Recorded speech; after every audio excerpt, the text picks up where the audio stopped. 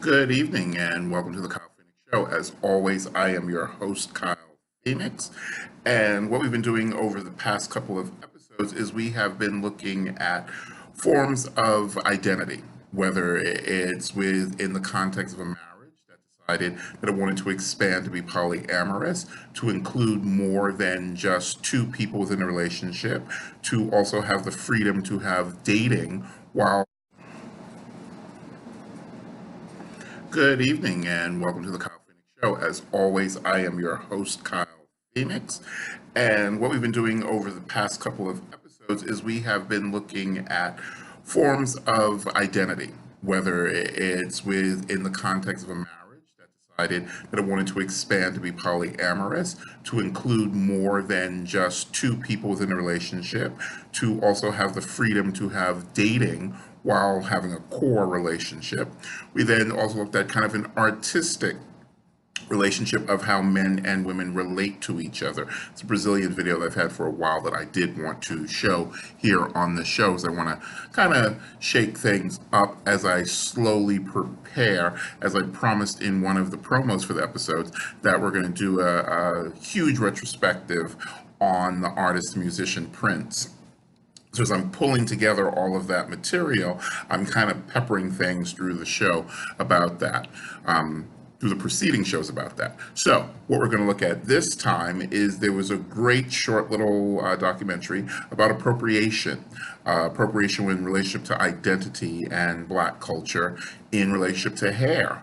Then I want to continue the end of that with a short video about the 1%, African Americans who have actually achieved moving into the 1%, as we use that as a slang term for people who are upper middle class, rich, and wealthy.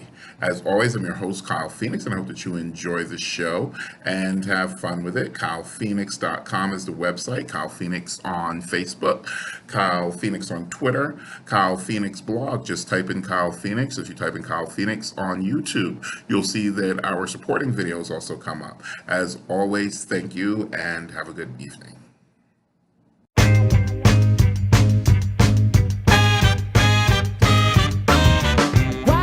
It feel like we're getting on all the time, leading us nowhere. No sooner do you wanna play, you pack your bags and you're on your way.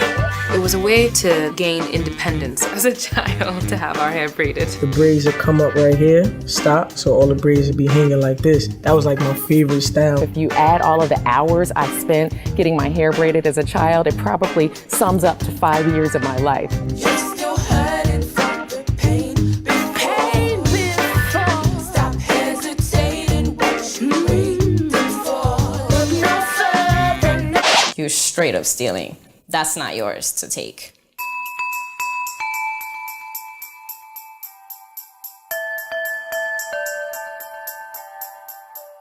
The first memory of braids would be as a young girl sitting down in between my mother or a family member's legs for them to braid my hair. Or I would get barrettes put all over my head, and we called it bubbles. Everything that I was exploring as a child via hair was always about locking and twisting and rattling hair and tying it up, getting the roots twisted, shampooing the locks. Put your hair in and it looked decent, and you could roll around in the grass and still go to church on Sunday, you know? I was just so determined to learn. I would go to this girl that was like the best braider in our town. You know, she was nice enough to teach me how to braid, and I just kept on practicing on my friends, and I would take the stuff to school and braid in school and braid after classes, and I would stay like braiding the teachers and stuff like that. Your homegirl braided your hair. Sometimes they would, add hair for lane. During lunchtime, my friends would be taking my braids out, and I'd wear like the crinkly hair and rock that all day. I did my first set of individuals on my own head, and it took me 3 days. 3 straight days. Like, I only stopped to eat and use the restroom. That's it. One of my homeboys, he suggested a young lady to do my hair. I go look in the mirror. The 2 braids, like, it was uneven. Like, this one was a little closer to this way, and this one was going a little back. I was hurt, man. And, the lady had a nerve to say, do I need to fix anything? Getting our hair done also becomes a celebration of who we are and a part of our identity outside of what you actually look like when you leave the salon.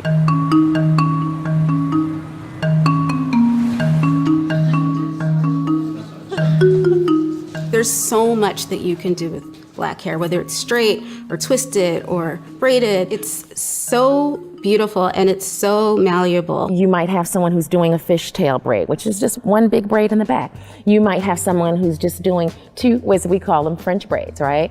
And then when we think about cornrow style technique, it gets really complex. Cornrowing, as we know it, is a very African thing, centered more along the parting and the design of where the braid is going, more so than the braid itself. We found a statue from 500 BC Nigeria where the hair was cornrowed. And we found this whole world of weaves that were not called that, using all these materials in different societies throughout West Africa. It's almost like your social security number, meaning you could look at someone's hairstyle and you could determine where they're from, what their status is in the society, if they're married, if they're single, if they're a widow, if they're a warrior, if they used to be a soldier. The richer someone was in a society, the more fanciful their hair was. And if we look throughout the diaspora, that's been a way in which African women have expressed their own kind of beauty politics. A Senegalese hair braider might have a very different braiding technique than a Nigerian hair braider might have versus a Brazilian hair braider. On slave ships, one of the first things that was done was that someone's hair was shaved. If hair was thought of as like a social security number, I can look at you and say all of these things about you because of your hairstyle, suddenly people have shaved heads. There's no visual way to say you're from this group and you were this person in this society. And then when the enslaved people were here in the US, there had to be a completely new hair culture that was born out of people from all of these different groups who did not have the materials to actually take care of the hair. During slavery, Sunday was the day that was set aside where you could actually do your hair. It was a time where actual grooming rituals were born, and also a way to figure out how to care for hair that could last for an entire week. You weren't going to be able to do anything until the next Sunday. The two main hairstyles that came out of that were head rags and also cornrows, because someone else can do your hair for an X amount of time on a Sunday, and then you're good for the rest of the week. When we think about African American women during enslavement, the covering of their hair was something that they had to do. Not until much later do we see African American women participating in a beauty culture for the United States, affirming who they are, whether it be pressing their hair or braiding their hair or locking their hair. There's a cultural kind of aspect where young girls or older women go to a place where they find a sense of community. And they also think about the ways in which they affirm to the world that they love who they are, they love the color of their skin, that they love the beauty products that they use. And so people like Madam C.J. Walker and others created a way for African American women to be business women, for some of them to get out of the realms of domestic labor. And so that's the economic part of Black women's beauty. If you go all up along the East Coast, you'll see populations of African women from Senegal, from Ivory Coast, from Nigeria. In many cases, it's out of default that we have these businesses open because they unfortunately are having difficulty breaking into other areas, because a lot of the women might be very well educated in their home countries. But when you come here, often the opportunities are limited. And so this skill is one way to create income.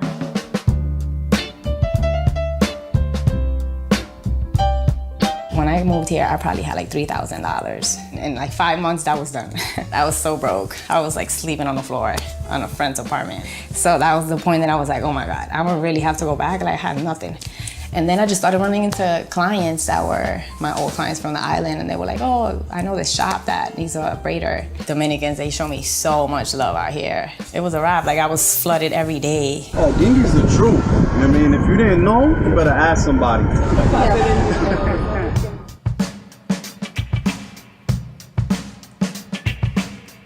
I kept practicing, like just doing different family members' heads, and by the time I got to like the 7th grade, I was charging $25. And you could come to my house on Friday and have your braids done by Saturday.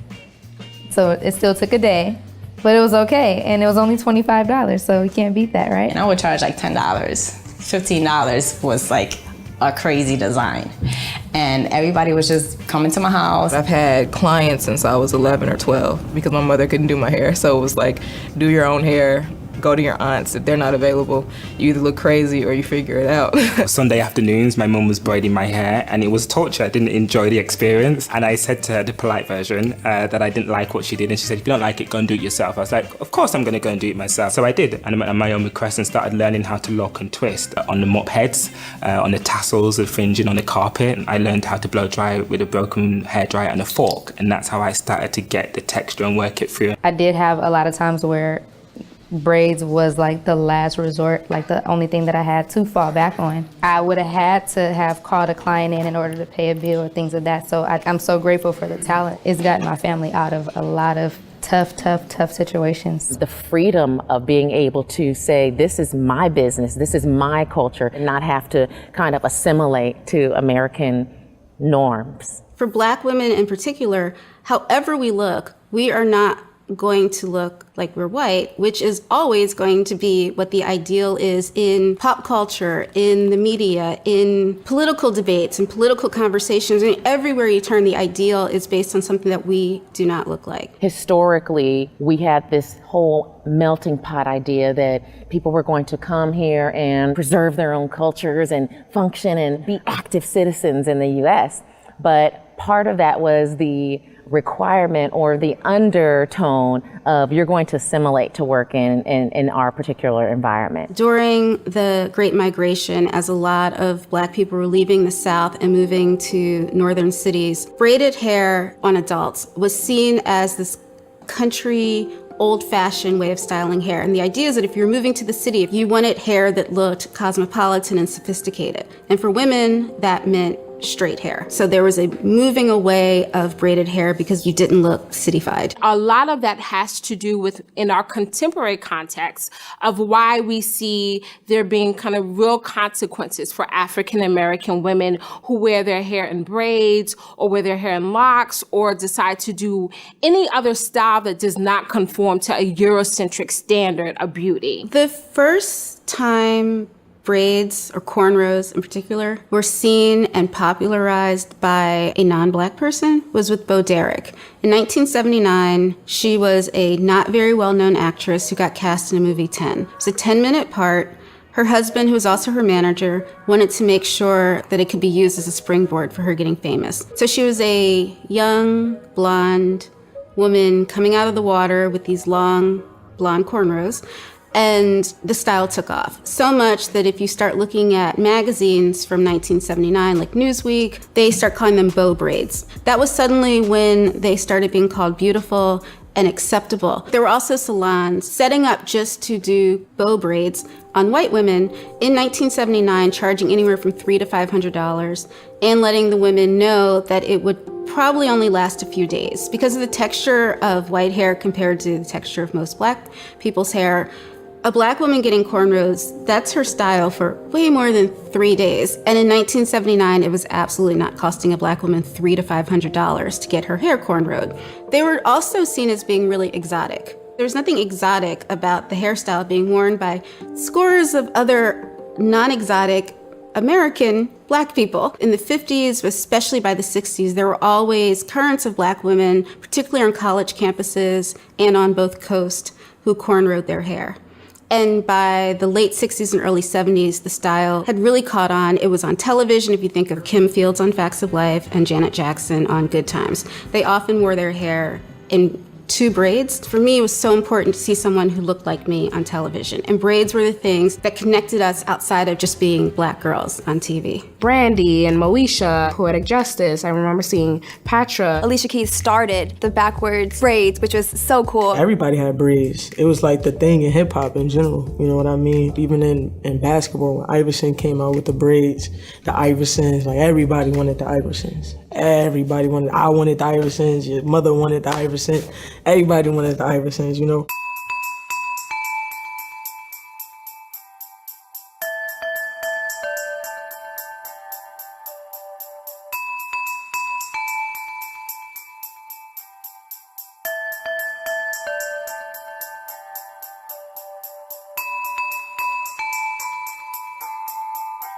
What you see is there's this kind of glorification for African American women's beauty, something that's raving across. But for African American women who wear cornrows, there are significant consequences for wearing just that style. Soon after Bo Derek popularized cornrows, there was a court case in 1981, a discrimination suit filed by a black woman named Renee Rogers. She had worked for American Airlines and she wore her hair in cornrows. Her legal argument was that her hairstyle was a part of her cultural heritage. The judge ruled against her in federal court because he said she got her hair done soon after the movie 10 came out.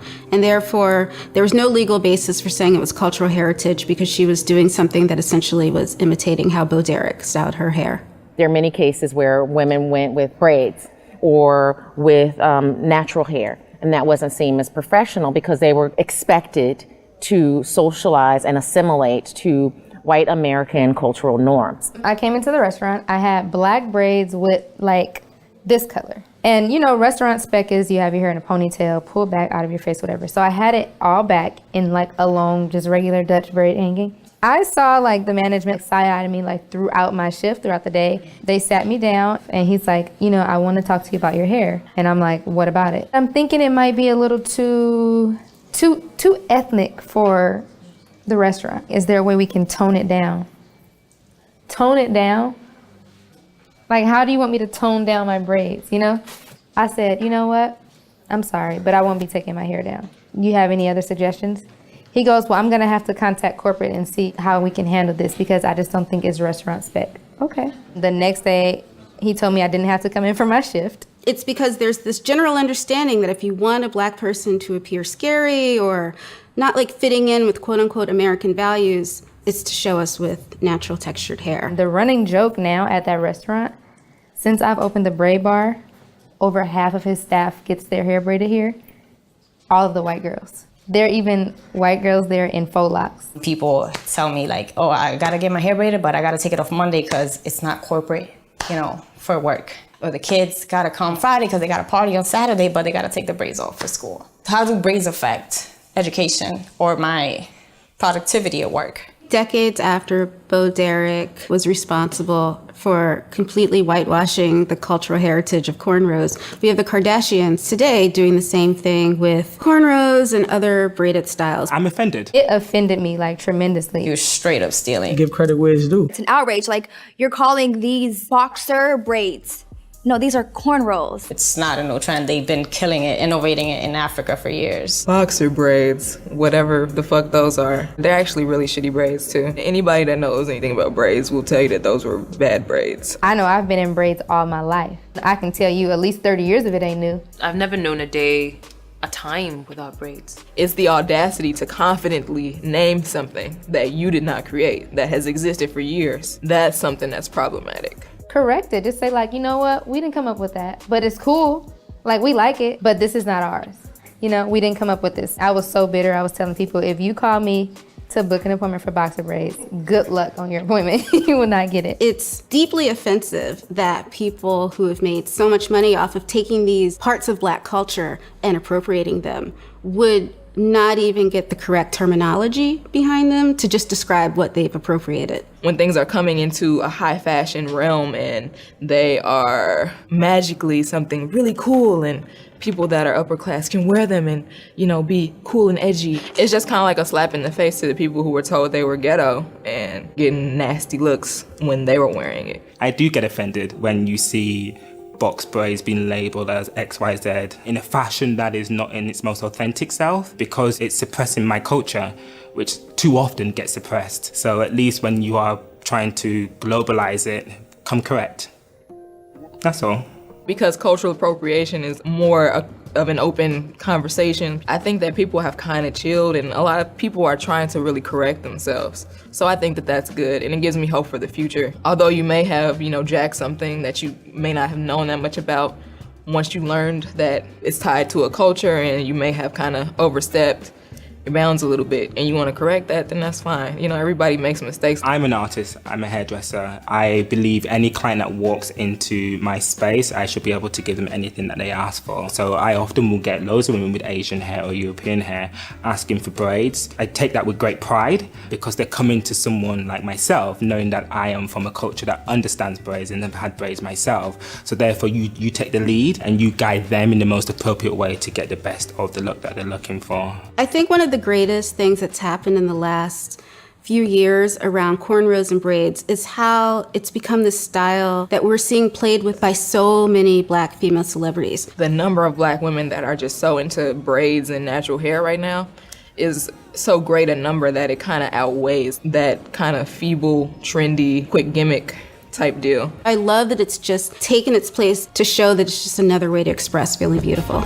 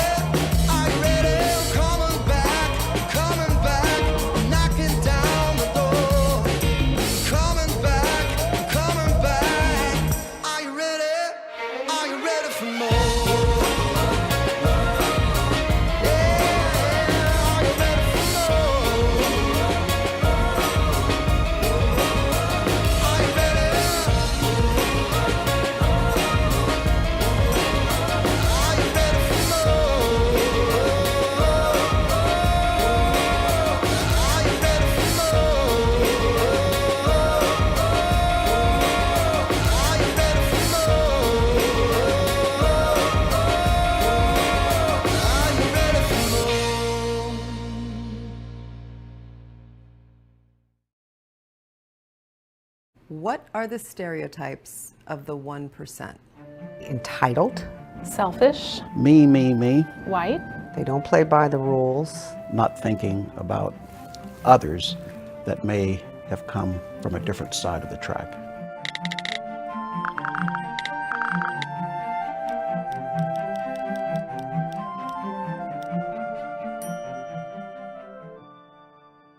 The 1%, as you well know, is overwhelmingly white. We're talking about the top tier of Americans who have and own a majority of the nation's wealth.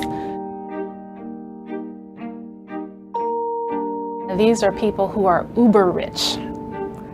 There are a few African Americans who have made it to that tier, but compared to the number of whites in the 1%, they are literally a percent of the 1%. So why is the 1% so white? It has to do with something called the racial wealth gap. For every dollar of wealth held by the typical white household, the typical African American household owns only 6 cents of wealth. 6 cents, you heard right. So how did we get here? When you think about wealth, you have to understand that it's generational, that wealth left over generations actually compounds and builds and grows. African Americans were held as slaves and they weren't allowed to earn any income. They weren't allowed to own things at one point in this history, and that actually has contemporary effects. Effects Eddie Brown knew all too well, but was able to overcome.